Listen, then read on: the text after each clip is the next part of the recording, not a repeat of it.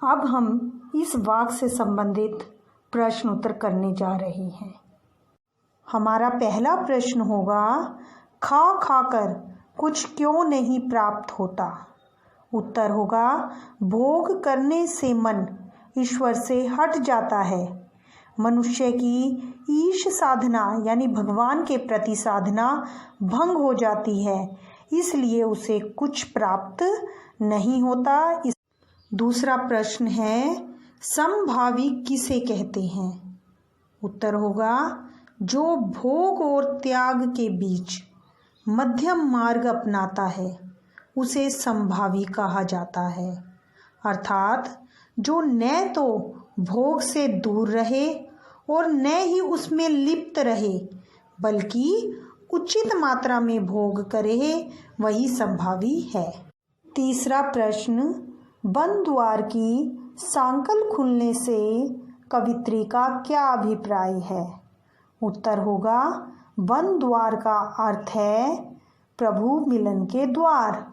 कवित्री कहती हैं कि द्वार जब खुलेंगे तो प्रभु प्रेम प्राप्त होगा और साधक का मन ईश्वर में रमेगा।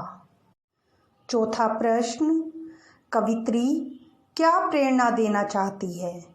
उत्तर होगा, इस वाक्य के माध्यम से कवित्री यह प्रेरणा देना चाहती है कि मनुष्य को भोग और त्याग के बीच संतुलन बनाकर रखना चाहिए।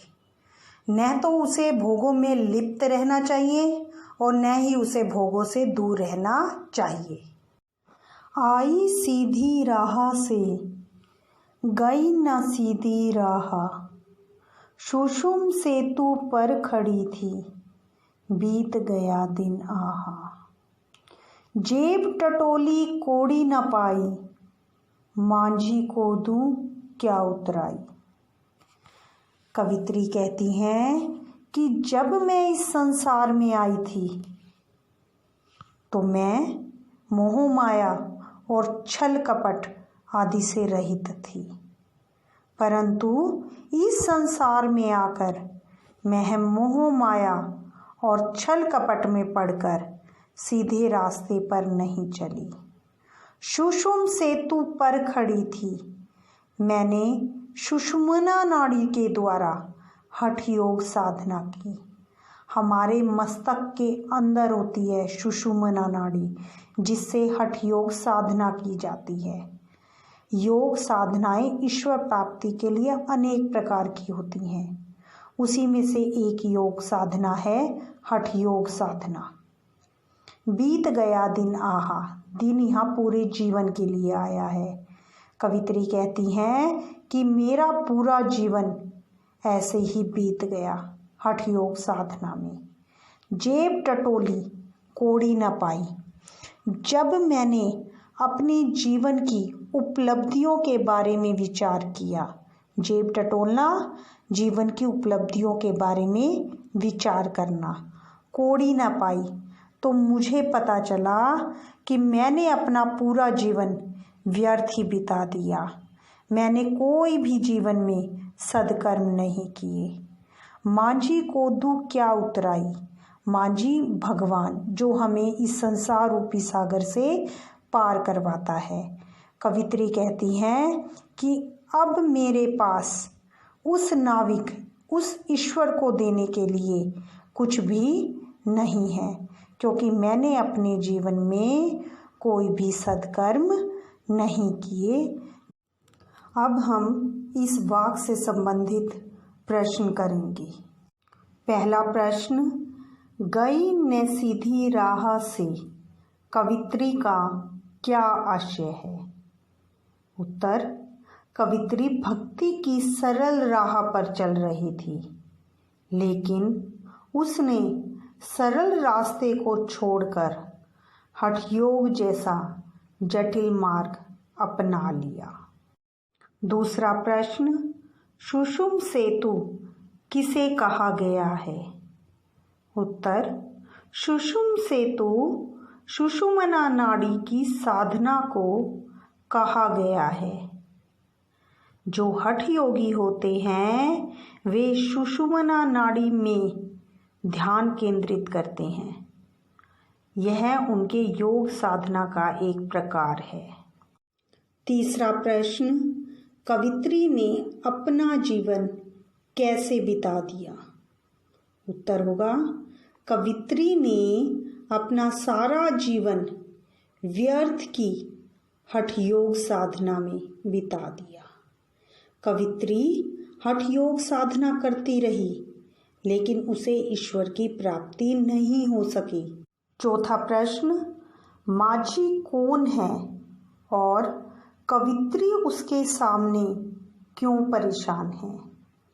उत्तर है, माझी ईश्वर है। ईश्वर ही है जो उसे संसार रूपी सागर से पार करवाने वाला है। वह नाविक है। कवित्री उसके सामने इसलिए परेशान है क्योंकि उसके पास ईश्वर को देने के लिए कुछ भी नहीं है। थल थल में बसता है शिव ही, भेद न कर क्या हिंदू मुसलमान। ज्ञानी है तो स्वयं को जान, वही है साहिब से पहचान।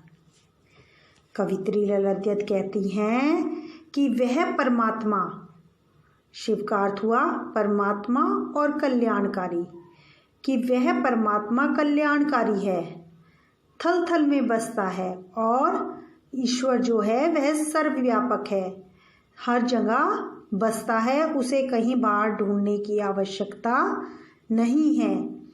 भेद न कर क्या हिंदू मुसलमान, इसलिए हिंदू हो या मुसलमान, उसे अपनाने में किसी को भेदभाव नहीं करना चाहिए।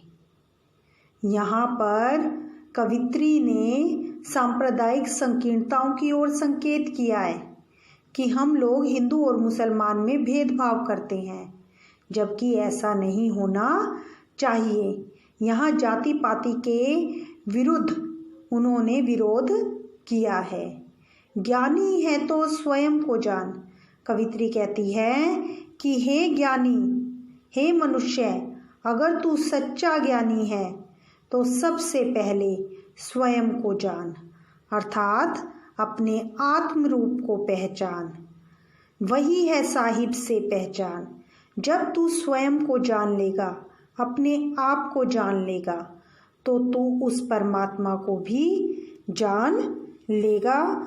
इसलिए मनुष्य को सबसे पहले अपनी आत्मा के बारे में जानना चाहिए।